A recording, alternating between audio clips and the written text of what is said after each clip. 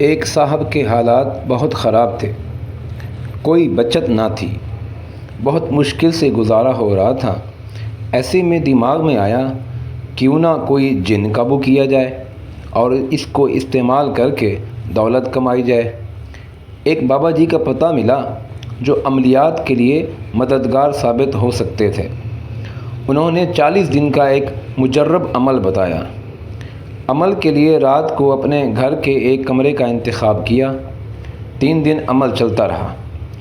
صاحب کو ڈراؤنی شکلیں نظر آتی تھیں۔ چوتھی رات کا عمل جاری تھا۔ صاحب حصار میں تھے کہ اچانک ایک خوفناک نسوانی آواز آئی، منّے کیا با، منّے کا فیڈر فریج سے نکال لائیں۔ صاحب چوکنا ہو گئے کہ کوئی ہوائی مخلوق مجھے تنگ کرنا اور میرا عمل متاثر کرنا چاہتی ہے۔ بابا جی نے تاکید کی تھی کہ جیسے بھی حالات ہوں حصار نہیں توڑنا ورنہ جان کا خطرہ ہو سکتا ہے۔ آواز دوبارہ آئی۔ صاحب نظر انداز کر گئے۔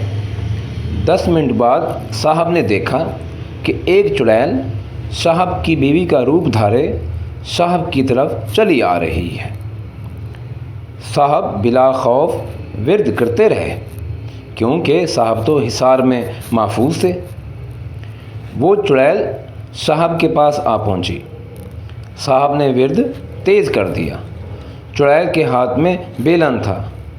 صاحب پوری ہمت سے بولے، جا بھاگ جا چڑیل کہیں کی، تو میرا کچھ نہیں بگاڑ سکتی۔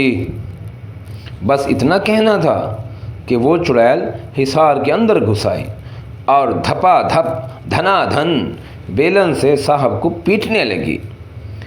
صاحب اسے جنات کی چال سمجھتے رہے کہ وہ مجھے آزما رہے ہیں۔